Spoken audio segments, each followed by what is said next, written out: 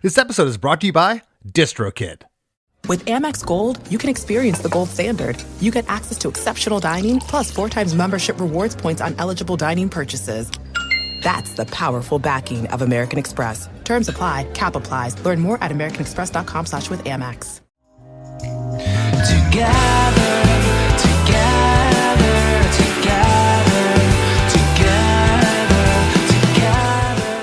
Hey everyone, Chris Fafalius here. I know you're probably out there getting ready for the holidays, which we're only a few days away now, so we're going to help get you in the spirit with some holiday episodes of the pod.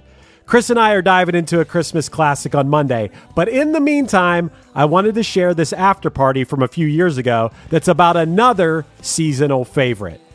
Back on December 13th of 2021, Chris and I released an episode of the After Party all about John Lennon and Yoko Ono's Happy Christmas, War is Over, and I thought I'd share it with everyone here in the main feed.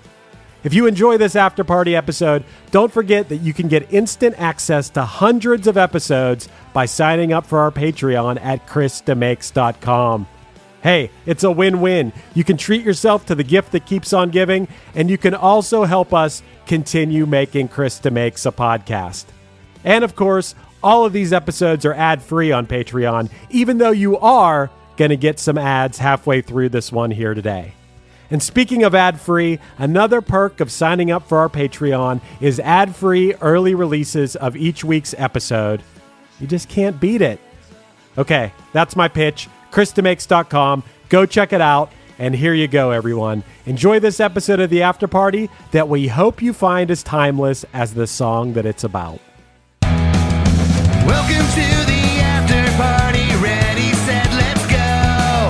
Welcome to the after party, the show after the show. Learn a little something new. Join us for the ride. Chris and Chris want all of you to know. The after party's where it's at. The show after the show.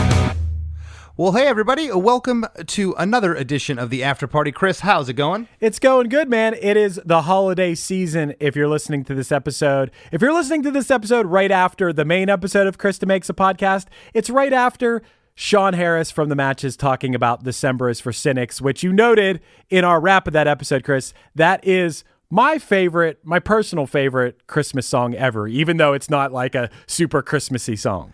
Yeah, I'm kind of in the same boat as you. I'm full of holiday cheer. 'Tis the season. I'm not bah humbug. I'm not Scrooge over here, but I've never really been into Christmas songs. So I'm kind of going with December is for Cynics as maybe my favorite Christmas song at this point. You know, the traditional Christmas songs, walking through the department store this time of the year, they get in my ear. They won't leave, and they drive me crazy. I think that's the thing, man, is that I associate these Christmas songs with just like commercialization. Like, just they don't feel authentic or something. They just feel like buying stuff for Christmas. I think that might be my problem with it. I have found myself, I made a Chris DeMakes a holiday playlist on Spotify, and I put it on the other day. It was like a lot of suggestions from people from the Facebook group and stuff. And I was like, oh, this is pretty good. It had like a lot of like punk rock bands. Bad Religion did that, like all the real like holy Christmas songs. That I think that's pretty funny. And I'm trying to be in the spirit a little bit more these days. Like Sean said in his episode, I thought that was pretty cool that he said that, is like, hating the holidays is boring. And I've been that way for a long time. I'm trying not to be that way anymore, man. Yeah, no, I have great memories attached to the holidays. It was a great time growing up. Of course, the allure was you're going to get presents, but I like the camaraderie of family. It was always awesome. I didn't mind being at my aunt's house Christmas Eve for a turkey dinner with the family, listening to Christmas music and Christmas carols over the stereo. That was fine. And I have great memories of that. Again, it was this time of the year, walking just anywhere, going to Home Depot, and you're just bombarded, and it drives me crazy. Yeah. But a lot of things drive me crazy, Chris, so... Right. So, hey, just like we recently did an episode about Prince, doing episodes where there's no way we're ever going to have the artist because the artist is no longer alive. And, we just commemorated the anniversary of the death of John Lennon a few days ago on December 8th. So I thought that it would be interesting and cool to talk about John Lennon's Christmas song, Happy Christmas, war is over. And when I texted you about this, you're like, I don't think I know this song. I'm like, dude, you know this song. Which I never knew the title of the song. Yeah, right, you know, right. I of course know the song. I was like, oh yeah. I mean, how could you not know this song? Of course, this was a holiday song released in 1971 by John and Yoko, the Plastic Ono Band. I did not know that. I just thought it was credited to John himself. And this was the first of 4 songs by these separate remaining Beatles after the Beatles broke up. Right. George Harrison's Ding Dong Ding Dong was released in 1974.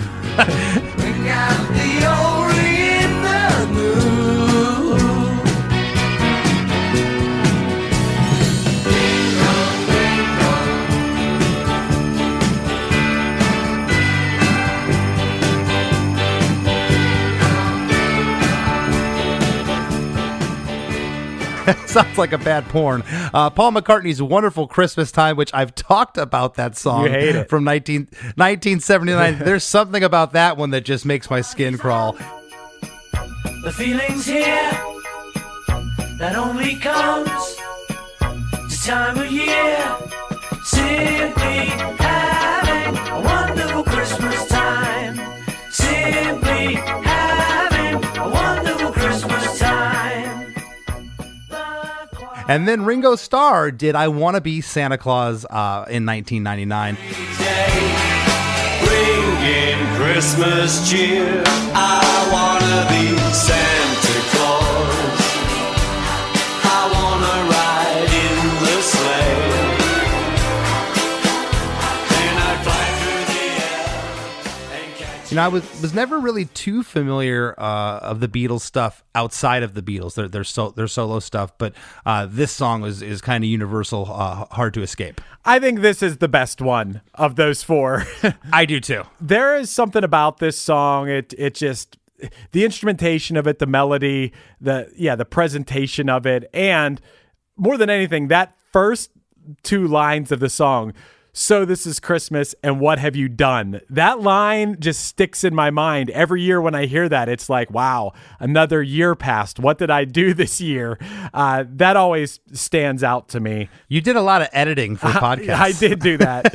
I like to think that you and I provided some joy to people this year. I would hope so as well. You know, the song is interesting. It starts out by 2 voices, Happy Christmas Kyoko and Happy Christmas Julian. Happy Christmas, Kyoko. Happy Christmas, Julian. Now, Kyoko, was that Yoko's child from another marriage? Yes. 'Cause I was unaware. Yes. Okay. Right. Okay. And of course, Julian Lennon was John's, to my knowledge, his firstborn. Yes. Right. So they're kind of giving their kids a shout out at the top here. Yeah, I thought that was pretty nice, to be honest. Like, that forever will be in the song, you know? And like, I don't know. I'm not trying to cast aspersions here or whatever, talk out of line, but I kind of feel like it was kind of a thing that people talked about John not being in Julian's life very much as a young kid. Have you heard stuff like that? I feel like I've heard that. Well, I haven't necessarily heard that, but I would buy it for $100 in a second, and I'll tell you why. I can't imagine being away from, you know, now that I have children, being away from them without FaceTime on the road. Right. Back then, the best thing, I don't care how rich you were, you could be a Beatle and you had payphones. That's what you were dealing with. Right. So, and those guys were just, even post Beatles were so busy. So who knows how much he actually saw Julian during that time. Right. And, you know, I found out a lot of interesting stuff about this song, man. And I love the message of this song and a lot of what John Lennon stood for, at least what he said he stood for, I'm totally all about, even though you hear a lot of stories about John Lennon that aren't so great, you know, but I do think that the message behind this, I mean, not only was this a beautiful Christmas song, but also it was a song that was a protest song against the Vietnam War. And I'm a little bit of a Vietnam War historian over the past couple years. I was always interested in it, and we didn't learn about it much in school, but I would have been on the front lines of protesting that war, I'll tell you right now, if I had been alive. So, you know, I feel the sentiment of this song. Chris, I thought it was really interesting that this song, 2 years before they even recorded this song, John and Yoko had bought those billboards all over the world. The very famous billboard, which I'm sure you know, the war is over if you want it, and Happy Christmas from John and Yoko. They just bought those billboards to promote peace. Like that was what they were selling, peace. You know? Right. And the song was released December 1st of 71. December 1st just passed us of this year. So this song is 50 years old. And when I think about that, it's a little melancholy in terms of not much has changed in 50 years in terms of the greed and the wars and the reasons that countries still engage in war. And that's kind of alarming, because the Vietnam War, no matter what side you're on, political belief of it, it was a tragedy for all involved. For the Vietnamese, for our soldiers that came home. My dad has friends that just they never returned mentally to where they were at one point. It was awful. But you know, for being a protest song, this song is pretty uplifting. It is a Christmas song, and it at least makes me feel good. One of the things that I read that John talked about was that John recognized the accessibility and popular appeal of putting your political message across, and he said with a little honey. And he realized that after the success of Imagine in 1971, earlier in 1971, that, you know, we're from the world of punk rock. So if you have a political message, you might be shouting it in someone's face, but to present it in a more like beautiful way might be the more convincing approach in a way. So this is Christmas, and what have you done? Another year over, and a new one just begun. And so this is Christmas. I hope you have fun. The near and the dear ones, the old and the young. So this is Christmas, and what have you done? Another year over, a new one just begun. And so this is Christmas. I hope you have fun. The near and the dear one, the old and the young. And yeah, Christmas was always synonymous that the New Year was coming for me. Yeah. You know, it was New Year's Eve was right around the corner. That last week of December was ushering in a new year, which I don't know about you, but for me was always kind of a weird thing. I was always like, well, I had fun this year. What was wrong with 2021? You know, at least as a kid. As I got older, some years weren't as good as the last ones. But you know, I always thought that the ringing in a new year was kind of always a weird thing for me. When a new year starts, I really feel it. I feel like it's a chance to like do something new. Like I'm going to start, everyone always says like, go to the gym or whatever. You and I have done a good job of working out this past year and whatever. So like, that's not going to be my thing necessarily this year, but I always like, it's a good chance to like start a journal. Or like, you know, start something where you started it on January 1st. It's a great day to start something, you know. But also reflect on what you did in the past year, because I don't know, as you get on in years, they go by faster and faster, man. And I don't think that's an exaggeration. They sure do. You know, I think the thing that also is endearing to this song is the children's choir on it. Yep. It gives it that feeling, because for me, you know, Christmas is synonymous with kids. It's right. a holiday for at least when I was a kid. It was just again, the allure was the presents and the gifts. That's yeah. Who are we kidding here? Yeah, what's in that box under the tree? I asked Santa for, you know. Right. But I love that the choir was implemented on the song.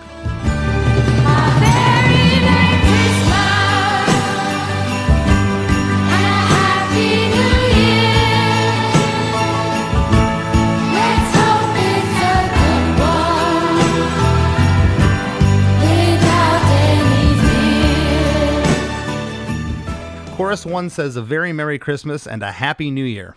Let's hope it's a good one without any fear. And of course, how many times has a very Merry Christmas and a Happy New Year been sung in a song? Millions, but it's the lyric after that. Let's hope it's a good one without any fear. and it kind of makes you think. This is one of those songs, again, how many times have I heard it walking through the mall this time of the year or whenever, but actually staring at the lyrics as you and I do for our show, this song's kind of taken on a whole new meaning. Yeah, I mean, the without any fear part, it does make you feel lucky that, in my life, maybe with a few exceptions of times, we haven't had to live in fear like people in some countries have, that where we're having just a day where things are chill, things are peaceful for a day. That in itself is a gift. But before we get deeper into this message, Chris, I do want to talk to you about, this song, who produced this song? I don't. Phil Spector. Oh, Phil Spector did, which now that I listen to it and hear it, all the bells and the whistles in it makes sense with his wall of sound production. Right. When John played the demo for Phil, he remarked that the song's opening line, "So This Is Christmas," was rhythmically identical to the 1961 single "I Love How You Love Me" by the Paris Sisters, which he had produced. I love how your eyes close whenever you kiss me, and when I'm away from you, I love how you miss me. I love the way. And then when they were recording the song, the one thing that really stands out to me on diving into this song, Chris, is the mandolin-like guitars. And John had instructed the guitarists, who were studio musicians. Some of them, I think most of them had played as part of the Plastic Ono band at one point or another. But he instructed them to incorporate that mandolin style riff, similar to the ones that he heard in the song "Try Some, Buy Some," which was a single that Phil Spector and George Harrison had produced in February of '71, just, 7 or 8 months earlier, for Phil's wife, Ronnie Spector.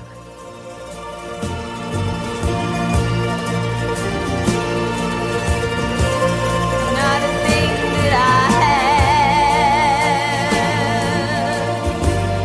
not a thing that I see, till I called on your love, and your love came to me. Which I thought was pretty interesting. It is interesting. I had no idea about any of that, but now that's awesome. It's funny. I've heard this song how many times for all my life, and to finally figure out that Phil Spector produced it is awesome, but not surprising. I can hear it now. Yeah, it's all those percussive instruments and elements that he uses a lot on the 1963 album "A Christmas Gift for You" is what I saw noted. Now, we also must note that I actually don't know the story, but Phil Spector murdered somebody, right? Yes. Okay. Not good, but the guy was responsible for so much awesome music. I don't actually know. I'm going to have to watch a documentary or something to learn more about that story. He did an amazing Ramones album and tons of other stuff. Love his productions, that wall of sound, as they call it. But, the other thing about this song, Chris, that I don't know if you thought of, but you don't just hear this song at Christmas. This is a Christmas song that says Christmas and Happy New Year that I've heard throughout the year. Maybe it's because it's John Lennon. I don't just hear this song at Christmas. The Paul McCartney tune, that's one that I only hear. It seems I only hear this time of the year, but I've heard this other times of the year. Right. Hey, can I say one thing about the Paul McCartney song real quick before we go any further? I understand that it's one of the most hated songs ever. I understand that.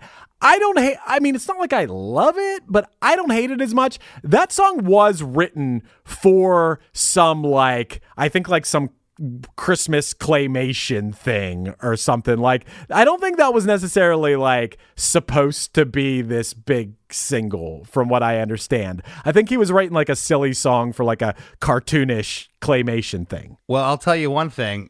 No matter what it was written for, what the hell do I know? Huge song for McCartney. Right. Huge song everywhere. So there are people that do love it. I like verse 2 here, Chris. This is where, for me, this song gets interesting. So this is Christmas, for weak and for strong, the rich and the poor ones. The road is so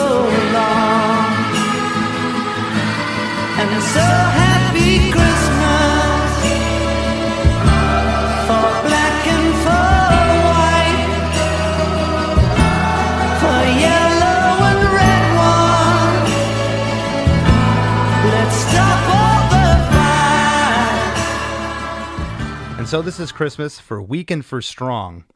And that's where the choir of children comes in. War is over if you want it is interspersed with each of the lead vocal lines. For the rich and the poor ones, the road is so long. The backing vocals, war is over now, and that now is carried. And so happy Christmas for black and for whites. War is over if you want it. For the yellow and red ones, let's stop all the fight. War is over now, before it gets into chorus 2. That, again, something about children at Christmas time, it just kind of makes this whole part come alive for this song. Yeah, I wanted to talk about that for a second. The choir on this song is the Harlem Community Choir, which featured 30 children, most of them from the age ranges of 4 to 12 years old. And, they started recording the song on October 28th, and all the choir came to the studio on Halloween, on October 31st, to record the backing vocals for the counter melody and the sing-along chorus.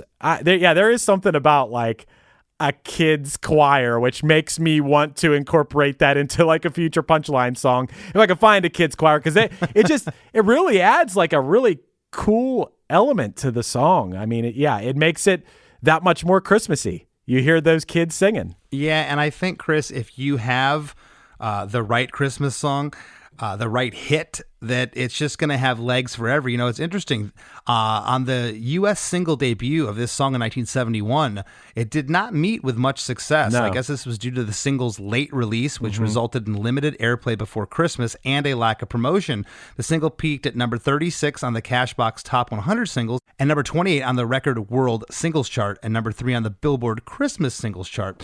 However, subsequently it reappeared on the Billboard Christmas charts in 72, 83, 84, and 85, and also on the Hot Adult Contemporary chart for the week ending in January 1996, and it continues to get played today. So it's kind of the gift that keeps on giving if you have a Christmas hit single. Yeah, I mean, it became a classic song for sure, and I mean, it was John's 7th single after post Beatles, I guess you could say. For every milestone, a tree stump is a cloud. Hey everybody, we got to take a quick break for a word from our sponsors, but we'll be right back with this classic after party episode. Looking to elevate your music career? DistroKid is a digital music distribution service that enables musicians to distribute their music to online stores and streaming platforms such as Spotify, Apple Music, YouTube Music, Amazon, Tidal, and many more. DistroKid collects earnings and payments, sending them to you, the artist. With DistroKid, artists unlock a world of possibilities. From easily paying collaborators with splits to securing your music with DistroLock, DistroKid covers all bases. Plus, you can promote your releases with Hyperfollow and create eye-catching visuals with a Spotify Canvas generator, all for free. But that's not all. Introducing the DistroKid app, now available on iOS and Android. Artists can manage their releases, view streaming stats, and withdraw earnings, all from the palm of their hand. And for those looking to perfect their sound, check out Mixia.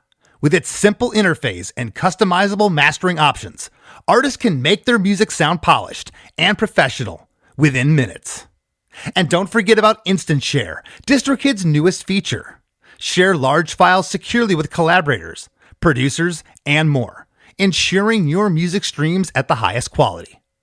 Ready to take your music to the next level? Download the DistroKid app and explore their suite of tools today. Plus, listeners can enjoy 30% off their first year by visiting distrokid.com/VIP/DeMakes. That's distrokid.com/VIP/DeMakes. This episode is brought to you by LifeLock. The holidays mean more travel, more shopping, more time online, and more personal info in places that could expose you to identity theft. That's why LifeLock monitors millions of data points every second. If your identity is stolen, their US-based restoration specialist will fix it, guaranteed or your money back. Get more holiday fun and less holiday worry with LifeLock. Save up to 40% your first year. Visit LifeLock.com/podcast. Terms apply. Looking for a pickup truck to get just about anything done? Look no further.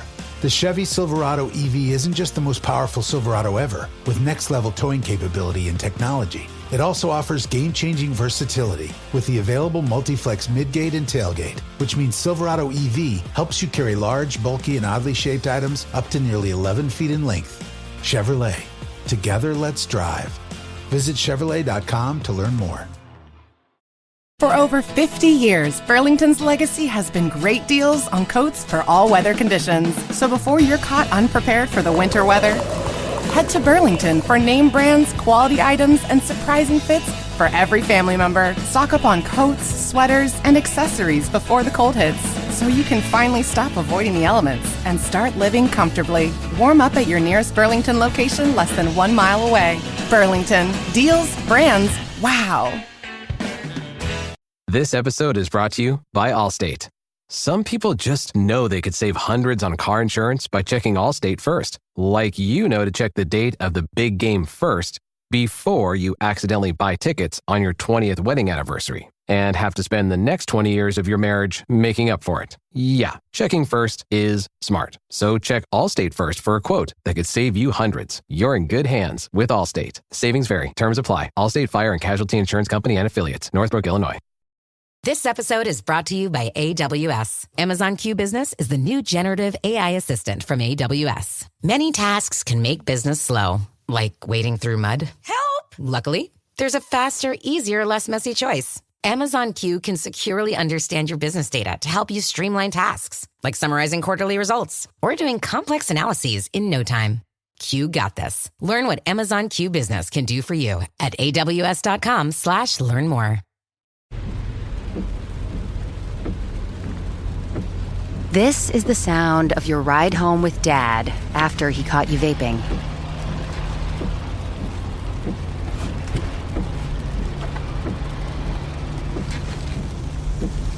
Awkward, isn't it? Most vapes contain seriously addictive levels of nicotine and disappointment. Know the real cost of vapes. Brought to you by the FDA.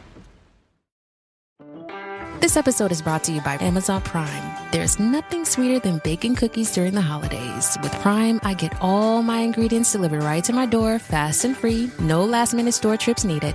And of course, I blast my favorite holiday playlist on Amazon Music. It's the ultimate soundtrack for creating unforgettable memories. From streaming to shopping, it's on Prime. Visit Amazon.com/Prime to get more out of whatever you're into. When you're on the go and it's time to refresh your energy, grab an ice-cold Celsius Arctic Vibe, where 0 sugar, 7 essential vitamins, and proven ingredients meet the pure refreshment of frozen berry. Unlike traditional energy drinks, each sip of Celsius is a perfect balance of flavor and function. So whether you're hitting the gym, the office, or your next adventure, grab an Arctic Vibe at your local retailer or visit Celsius.com to learn more. Time to move? Skip the hassles of selling during the holiday season and sell your home directly to Opendoor. Request an all-cash offer in minutes, close, and get paid in days. You can even pick your close date so you can move after New Year's. Start your move at Opendoor.com or download the Opendoor app. Opendoor is represented by Opendoor Brokerage Inc., license 02061130 in California, and Opendoor Brokerage LLC in its other markets. Terms and conditions apply. Behind the delivery trucks that keep your life stocked, thousands of employees at BP go to work every day. People bringing a new offshore production platform online. People making our refineries capable of more, like making renewable diesel from agricultural waste. People trading and shipping fuels to our customers. And people helping truckers fill up and get maintenance at our convenient locations. They're part of the more than 300,000 jobs BP supports across the country. Learn more at bp.com/investing in America. Bored with your boring cardio? Stop pedaling that snooze cycle to Nowheresville and try some cardio that's actually fun. Supernatural Fitness, available on MetaQuest. Isn't that right, Jane Fonda? Cardio will never be boring again. Sweat to the beat of thousands of chart-topping songs inside stunning virtual landscapes. Bet your stationary bike can't do that. Visit GetSupernatural.com and join the next fitness revolution. Supernatural VR Fitness, only on MetaQuest. Rated Teen for Teen. Together,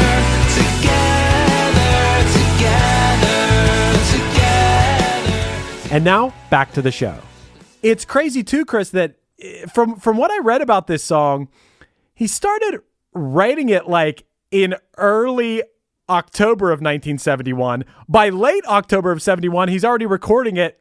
And then by the last day of October, the choir's in there. And then by December 1st, it's released. Like, this was kind of along the lines of when we did the Matches episode, and my experience with that same comp with my band is like, hey, we're going to make this Christmas song. Boom. Let's do it. And they did it. Yeah. And certainly Lennon had enough money. You almost wonder why he invoked the Christmas and Happy New Year angle to this song. What was it, to sell records? Because he was a political activist for years. He had songs that were protest songs, and you kind of wonder why he melded these two ideas together. I would think that by the time John is recording this song, that would the dude, he seems to really care about world peace. Definitely, he had the bed-ins already at this point, and for world peace, and really spoke out a lot about things that, I don't know, I at least think are very important. But I don't think the dude had to worry about money anymore at all, right? Like, why would he have one care about whether he made a single dollar from anything he recorded? Why it seems to me like it's irrelevant. Yeah, that's why I said I don't think that it was an angle on if I could sell some records, but it's an interesting take of melding a protest song with a Christmas song. I certainly don't think anybody else had done it up to that point, and I don't know if anybody else has done it since.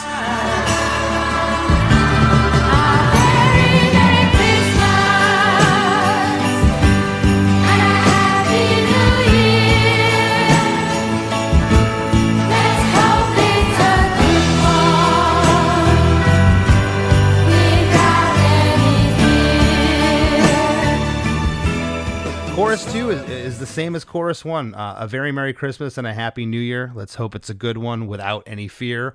Before we get to verse 3, there's no bridge in this song. There's no musical interlude. It's just verse, chorus, verse, chorus. What else does it need to be? Yeah, but I did note that there are elements being introduced and then taken away and Yes. added in interesting ways. Like, the song starts out just with the mandolin style guitar combined with another acoustic playing it kind of more straightforward, and the vocal. So this is Christmas,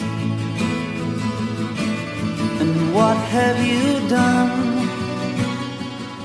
And then, by the second set of lyrics, the bass line comes in, and then some bells and some percussive elements. And so this is Christmas, I hope you have fun, the near and the dear one. And then by the time the first chorus kicks in, there's a tom roll on the drums, which the drums come in. Here comes the choir.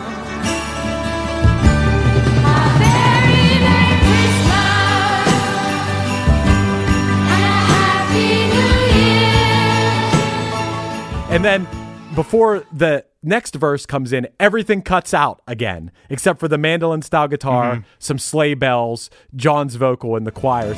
So this is Christmas, for weak and for strong,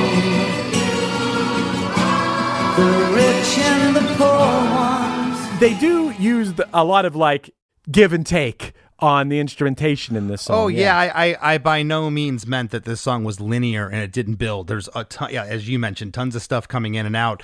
But I don't think it needed to go anywhere else besides what the arrangement is here. Everything that was introduced, the way Phil produced is perfect. Yeah, and I think that just like you've talked about on countless episodes of Chris DeMakes a Podcast, this song definitely seems like it was written quickly.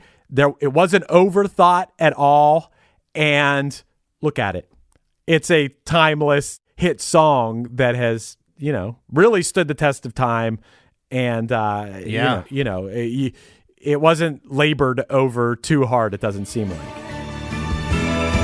So this is Christmas,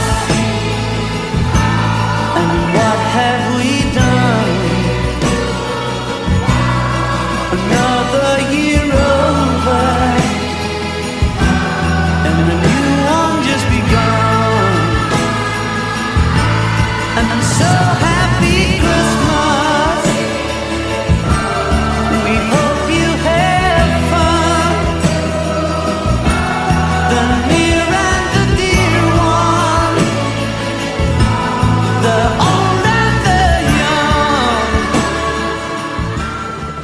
3 is the same as verse 1, except that they introduced the choir onto verse 3 that wasn't there on verse 1. It hadn't come in yet. It hadn't built to that point. One word is different here, the line, and so this is Christmas, and so happy Christmas on that line. Right. So the whole verse is, and so this is Christmas, and what have we done? War is over if you want it. Another year over, a new one just begun. War is over if you want it, and so happy Christmas. We hope you have fun. War is over if you want it. The near and the dear one, the old and the young. War is over now. And again, the use of the choir, you wonder if that was Phil's idea or John's idea. Yeah, I didn't see anything about that. I think it may have been John's from living in the city, but I don't know why I think that. I may have read that. Hey, Chris, also, do you hear Yoko's vocals in this? I do.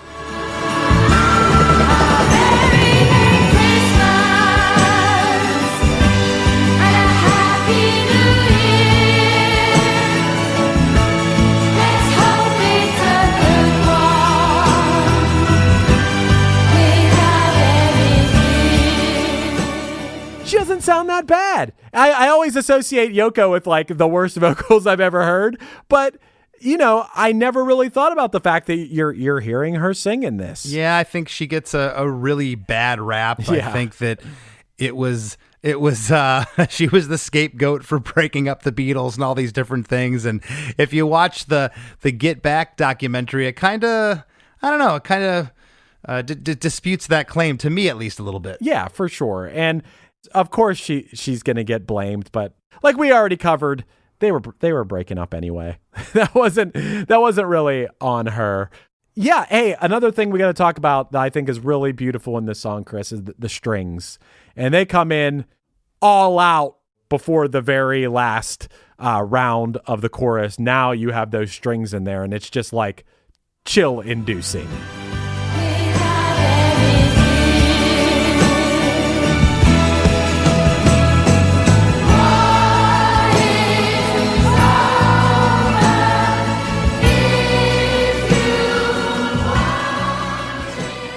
It is, and the strings are interesting. They're the one thing in this song, and this isn't a bad thing, but to me, they're produced like all the strings were in the 70s.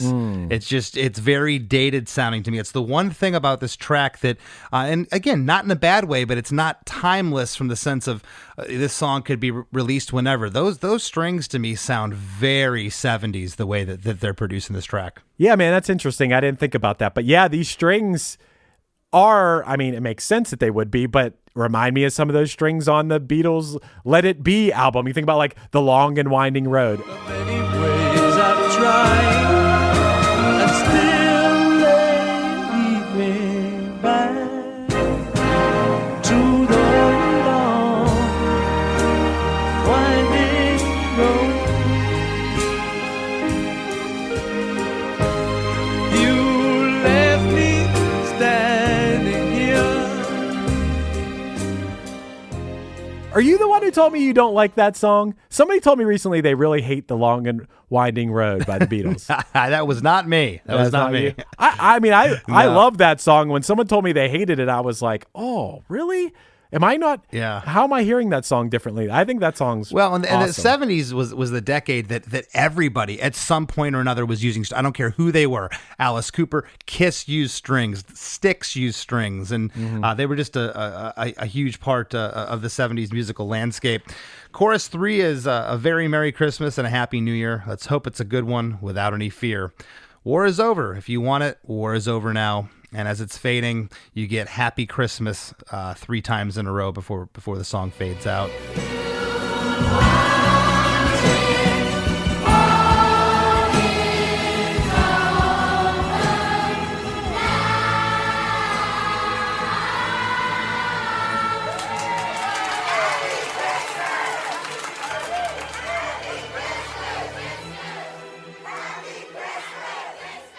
And that's the tune. And again, what I find cool about this is the song will forever have legs because it is a Christmas song. I mean, it's a protest song disguised as a Christmas song, I should say. Yeah, I mean, I guess the one plus about Christmas music, if you like Christmas music, is that it's just for like a month or month and a half that you can listen to that. Then you got to pack it up. You got to pack it up for 10 and a half months and not listen to it. So a song really can, Chris, to your point, have legs because you're not burning yourself out on it year round.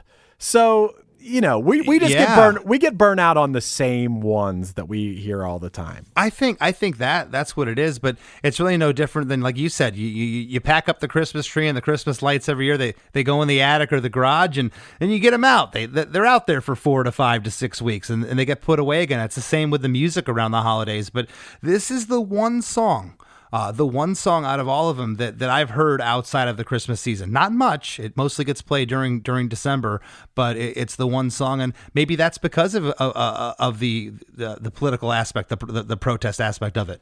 Right. And I like that aspect of it. And Chris, you know, like I said, I've been a bit of a Grinch for the past, 15 or 20 years. I'm trying not to be that way anymore.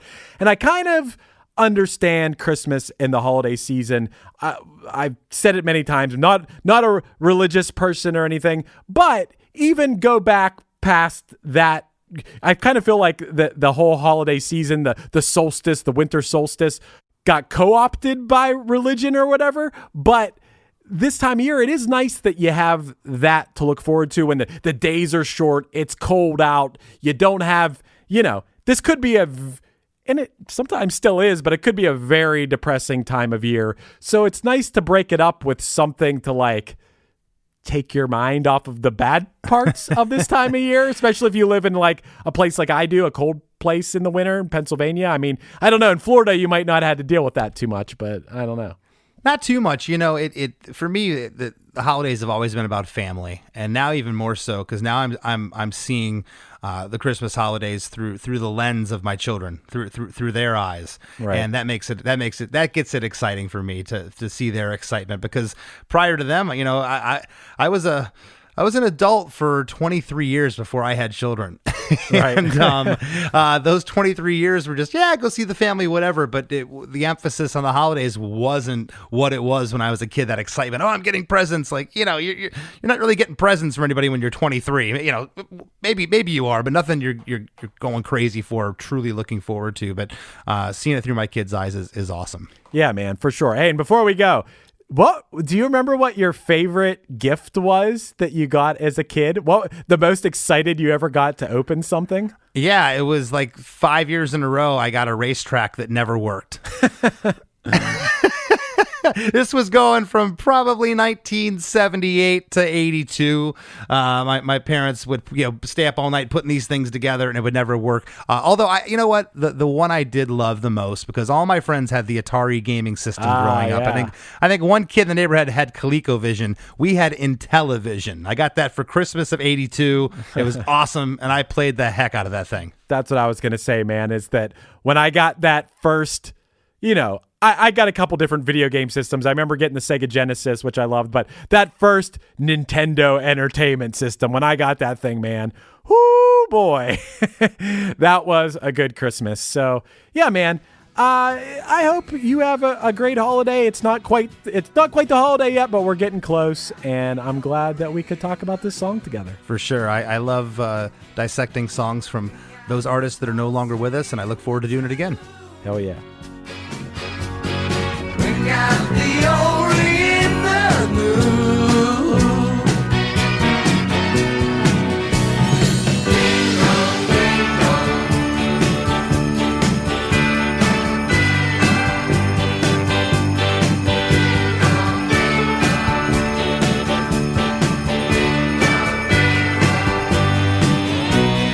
Yesterday, today was tomorrow. And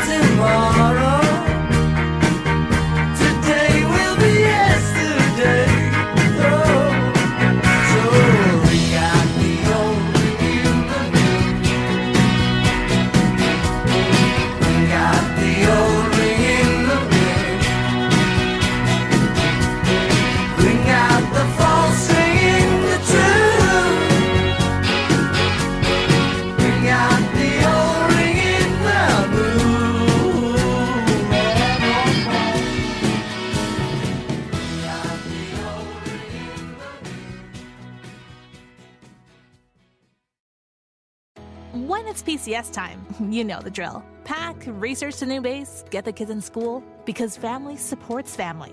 At American Public University, we support military families with flexible, affordable online education that moves with you. As a military spouse, your tuition rate is the same as your partner's, just $250 per credit hour. American Public University, education that moves with you. Learn more at apu.apus.edu/military.